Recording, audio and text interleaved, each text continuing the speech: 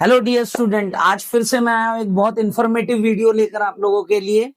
और वो इन्फॉर्मेशन ऐसी होगी कि जो मैक्सिमम बच्चों को पता नहीं होगी, जो केमिस्ट्री पढ़ चुके हैं और जो केमिस्ट्री पढ़ रहे हैं उन बच्चों को ये इन्फॉर्मेशन नहीं होगी। मैं Tanveer Khan, senior chemistry faculty, scholar tube. तो आज हम पढ़ेंगे बेटा ओरिजिन ऑफ केमिस्ट्री ये कैसे हुआ और किन साइंटिस्टों का कॉन्ट्रीब्यूशन उसमें है। आज मैं आपको ये डिटेल में समझाऊंगा। तो चलिए स्टार्ट करते हैं हम इस चीज से कि केमिस्ट्री ये वर्ड आया कैसे। तो मोस्ट प्रोबेबली हम ये सोचते हैं कि ज्यादातर साइंटिस्ट जो होते हैं वो या तो ब्रिटिश होते हैं, फ्रेंच होते हैं या फिर जर्मन होते हैं। तो ये ज्यादातर लैटिन वर्ड से या फिर ये ग्रीक वर्ड से बना होगा या फ्रेंच वर्ड से बना होगा, बट ऐसा नहीं है। यही इंफॉर्मेशन आज मैं आपको चीजें एक एक करके समझाऊंगा। अगर हम देखते हैं बेटा कि केमिस्ट्री ये वर्ड आया कहां से, तो ये एक अरेबिक वर्ड है जिसका मीनिंग होता है कीमिया। कीमिया ये वर्ड आया, कीमिया का मतलब होता है ब्लैक कलर या ब्लैक सॉइल। इस कीमिया वर्ड से बना अल्कीमिया, जिसका मतलब होता है द केमिस्ट्री। और फिर इसी को हमने इंग्लिश में कन्वर्ट किया अल्केमी, जो कि इंग्लिश वर्ड है। तो इस तरह से पहली बार केमिस्ट्री वर्ड जो है वो ओरिजिन में आया। तो इस तरह से हमको पता चला कि कीमिया से केमिस्ट्री बना है। अब सबसे इंपॉर्टेंट चीज जो हम यहां से शुरू करेंगे वो ये है कि साइंटिस्टों का कंट्रीब्यूशन। ठीक है, तो बात आती है कि who is the father of chemistry. तो मोस्ट प्रोबेबली बच्चे जो है जिनको पता ही नहीं है कि chemistry who is the father of chemistry, और जिन कुछ बच्चों को पता है तो उनके दिमाग में ये नाम आएगा। वैसे आप गैस कर सकते हैं कि who is the father of chemistry. तो जिनको पता है या आप गूगल करते हो तो सबसे पहला नाम यही आता है, एंटोनी लॉरेंट डी लेवोजायर, जिसको हम प्यार से एंटोनी लेवोजायर कहते हैं। बट जब आप गूगल करते हैं तो ये नाम आता है, but he is not the actual father of chemistry, he is the father of modern chemistry. तो फिर फादर ऑफ केमिस्ट्री कौन है? तो उसी इंफॉर्मेशन को मैं आपसे शेयर करने के लिए लेकर आया हूं। तो बेटा जो फादर ऑफ केमिस्ट्री है, जिनका कंट्रीब्यूशन सबसे शुरुआती दौर में रहा है केमिस्ट्री को इतना सामने लाने के लिए, उनका नाम है जबीर इब्न हय्यान, जिन्हें हम गिबर भी कहते हैं। ठीक है, ये एक ड्रगिस्ट, इनके जो फादर थे वो एक ड्रगिस्ट थे जो दवाइयां या केमिकल्स को मिक्स करके कुछ दवाइयां बनाते थे। ये उस समय की बात है, अप्रोक्सीमेट 722 एडी से लेकर 1815 एडी का। ये एक्चुअली एक इराक के साइंटिस्ट थे जो इराक के एक शहर कूफा में रहा करते थे और अपना ज्यादातर वक्त इन्होंने कूफा में ही बिताया। अब इन्होंने ऐसा क्या किया जिस वजह से इनको हम फादर ऑफ केमिस्ट्री बोलते हैं? तो बेटा इन्होंने कुछ ऐसे प्रोसेसेस हमारे लिए ढूंढे जो प्रोसेसेस आज भी हम एज इट इज लेबोरेटरी में यूज करते हैं। ये शुरुआती दौर के प्रोसेस है। अच्छा, जब ये प्रोसेस परफॉर्म करते थे तो उसमें लगने वाले इंस्ट्रूमेंट भी ये खुद ही डिजाइन करते थे। जैसे कि डिस्टिलेशन प्रोसेस आपने सुना होगा, liquefaction, crystallisation, sublimation, amalgamation, filtration. तो फिल्ट्रेशन इतना कॉमन प्रोसेस है, किसका ढूंढा हुआ है? इन्हीं का ढूंढा हुआ है। ठीक है, इसके अलावा इन्होंने कुछ वेइंग बैलेंस जैसा प्रिसाइज बैलेंस बनाया था जो 1 kg के बहुत छोटे से हिस्से को भी गिन सकता था। लाइक कितना? तो 6418 टाइम्स स्मॉल पार्टिकल, मतलब 1 kg का इतना स्मॉल पार्टिकल भी वो वे कर सकते थे। तो इस तरह से उन्होंने हमको बहुत सारे कंट्रीब्यूशन दिए। इन्होंने ऐसा पेपर बनाया जिसपे आग नहीं लग सकती थी। इन्होंने ऐसी इंक बनाई जिससे हम लिखी हुई चीजों को अंधेरे में पढ़ सकते थे। उसके अलावा बेटा इन्होंने कुछ ऐसे ग्लासवेयर्स भी डिजाइन किए खुद से जो उनको केमिकल एक्सपेरिमेंट के दौरान यूज में आते थे, वो आज भी हम एज इट इज यूज कर रहे हैं। इसीलिए इनको बोला जाता है फादर ऑफ केमिस्ट्री। क्या लगता है आपको, ये इंफॉर्मेशन आपके पास थी इससे पहले?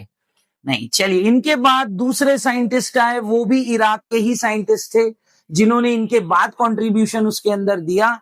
इनका लगभग टाइम पीरियड था 824 से 925 के बीच का। अच्छा, ये इनका नाम था मोहम्मद इब्न जकारिया अल राजी, जिनको राजी भी कहा जाता था। ठीक है, अब ये किस लिए फेमस थे? तो पहली चीज तो इनको बुक लिखने का बहुत शौक था। कुछ बुक्स इनकी आज भी बहुत फेमस है, जैसे कि एक the book of secrets and दूसरी the book of secrets of the secrets. तो इस तरह की इनकी बुक्स आज भी लोग जो है वो रेफर करते हैं। उसके अलावा बेटा इन्होंने 2 चीजें ऐसी डिस्कवर की जिसकी आज हर जगह आप एडवर्टाइजमेंट देखते हैं। जैसे बरसात के समय आपने देखा होगा फैब्रिक्स वाटर फैब्रिक की बात चलती, उसको डिस्कवर करने वाले कौन थे? यही अलराजी थे। समझ में आया? दूसरी चीज, इन्होंने हेयर डाई के आपने ऐड देखी होगी, हेयर डाई जितने आज चल रहे हैं उसकी डिस्कवरी करने वाले कौन है? वो भी अलराजी ही है।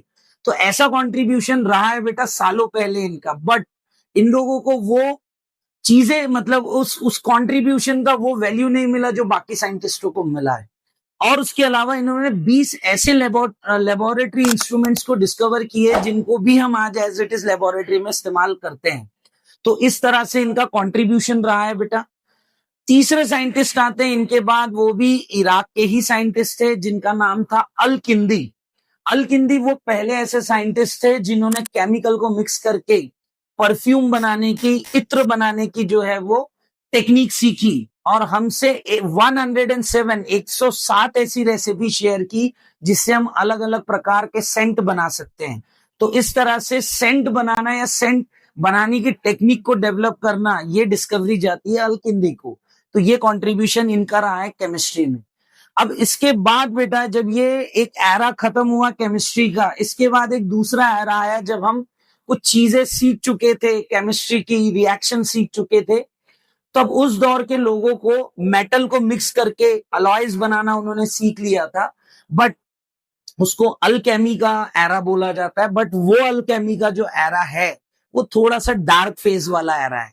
रीजन ये है कि उस वक्त लोग ये केमिकल रिएक्शन से दो ही चीजों के ऊपर ज्यादा फोकस करते थे कि हम एक एलिमेंट को सोने में कैसे बदल सकते हैं, गोल्ड में कैसे बदल सकते हैं, ज्यादा एक्सपेरिमेंट वो उस पर ही परफॉर्म करते थे। दूसरा, वो ऐसा केमिकल बनाना चाह रहे थे कि जिसको पीकर इंसान अमर हो जाए। तो इस तरह का थोड़ा मैजिक टाइप का वो दौर चलता था, कुछ ज्यादा डार्क साइड था केमिस्ट्री का वो। उसके बाद आया बेटा तीसरा एरा जिसको मॉडर्न केमिस्ट्री बोलते हैं। तब से लेके वो मॉडर्न केमिस्ट्री का एरा अब तक चल रहा है जिस एरा में हम रह रहे हैं। तो इस एरा के जो फादर ऑफ केमिस्ट्री है वो है एंटोनी लेवोजायर, जिनको हम बोलते हैं फादर ऑफ मॉडर्न केमिस्ट्री। अब अगर हम एंटोनी लेवोजायर की बात कहें तो उनका भी कंट्रीब्यूशन बहुत अच्छा रहा है केमिस्ट्री के अंदर, जिसकी वजह से आज केमिस्ट्री इतनी डेवलप हो पाई। जो बच्चे केमिस्ट्री पढ़ते हैं उनको पता होगा कि लेवोजायर पहले वो साइंटिस्ट है जिन्होंने हवा में ऑक्सीजन होता है वो पहली बार डिस्कवर किया, मतलब ऑक्सीजन की डिस्कवरी की है लेवोजायर ने। उसके अलावा जैसे कि आपने देखा होगा law of conservation of mass, discovery of oxygen, phlogiston theory, modern chemical nomenclature, ठीक है। तो ये सारे कॉन्ट्रीब्यूशंस रहे हैं लेवोजायर के। बट लेवोजायर के लाइफ में भी एक डार्क फेज आया जिस समय फ्रेंच रिवॉल्यूशन छिड़ा फ्रांस के अंदर। तो उस वक्त ये एक संस्था से जुड़े थे जो कि टैक्स वसूल करती थी।